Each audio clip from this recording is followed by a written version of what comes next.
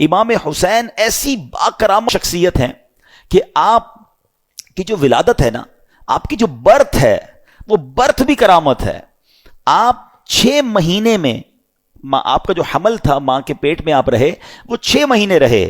اور یاد رہے کہ پوری دنیا میں سیدنا یحییٰ علیہ الصلوۃ والسلام اور امام علی مقام امام حسین کے علاوہ کوئی ایسا بچہ زندہ نہیں رہا جس کی مدت حمل 6 ماہ ہوئی ہو. یعنی آپ فرام دا ڈے 1 آپ کی ولادت ہی کرامت ہے. اور سبحان اللہ، آپ کے رخسار مبارک کا حال یہ تھا، آپ کے چہرے پر نور ایسا تھا کہ آپ کے دونوں رخسار سے ایسا نور نکلتا تھا کہ کمرے اور دیواریں روشن ہو جایا کرتی تھیں.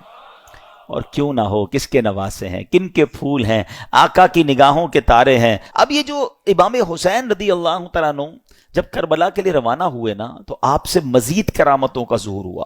اور علماء کہتے ہیں یہ جو کرامتیں تھیں نا، بیسیکلی یہ اتمام حجت کے لیے تھیں، مزید ان کو سمجھانے کے لیے تھی کہ دیکھو میں کون ہوں، میرے ساتھ کیسے معاملات ہو رہے ہیں، مجھ پر ظلم نہ کرو.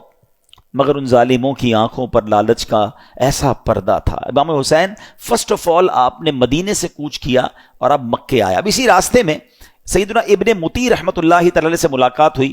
انہوں نے عرض کی کہ حضور میرے کنویں کا پانی بہت کم ہے، برائے کرم آپ دعائے برکت سے نواز دیجئے. آپ رضی اللہ تعالیٰ عنہ نے اس کنویں کا پانی طلب کیا، اور جب پانی کا ڈول حاضر کیا گیا تو آپ نے اس میں سے پانی کچھ پیا بھی، نوش بھی فرمایا اور کلی بھی کر دی.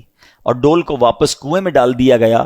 جب وہ ڈول پانی جو ہے وہ کنویں میں گیا، کنویں کا پانی بھی بڑھ گیا اور میٹھا اور لذیذ بھی ہو گیا.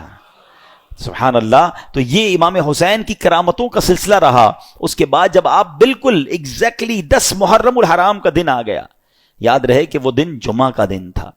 10 محرم الحرام جب یہ واقعہ ہوا، کربلا کے میدان میں آپ خطبہ ارشاد فرما رہے ہیں، ان کو سمجھا رہے ہیں کہ دیکھو میں کون ہوں، یہ ظلم مت کرو. تم کیا جواب دو گے جس کا کلمہ پڑھتے ہو اس نبی علیہ الصلوۃ والسلام کو؟ اس وقت آپ کے جو خیمے تھے جہاں خاندان کے افراد تھے، وہاں خندق میں ایک آگ بھی جل رہی تھی.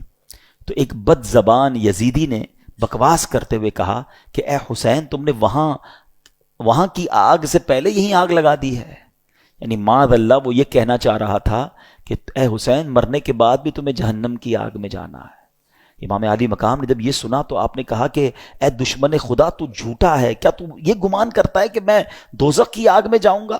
امام علی مقام کے قافلے کے جانثار نے کہا کہ آپ مجھے اجازت دیں تو میں ابھی اس کا سر قلم کر دوں. آپ نے اجازت نہیں دی. آپ نے فرمایا حملے کا آغاز ہماری طرف سے نہیں کرنا، ہو سکتا ہے یہ پرووک کر رہے ہوں، یہ اس لیے ہمیں کہہ رہے ہیں کہ ہماری طرف سے پہل ہو جائے اور یہ کہیں ہم نے تو حملہ نہیں کیا تھا، امام حسین والوں نے پہلے حملہ کیا. حالانکہ اس قدر بڑی گستاخی کی تھی. آپ نے اپنے ساتھی کو روک دیا، مگر آپ نے اللہ کی بارگاہ میں دعا کی. دل بڑا دکھا ہوا تھا کہ ایسی بات اس نے کر دی.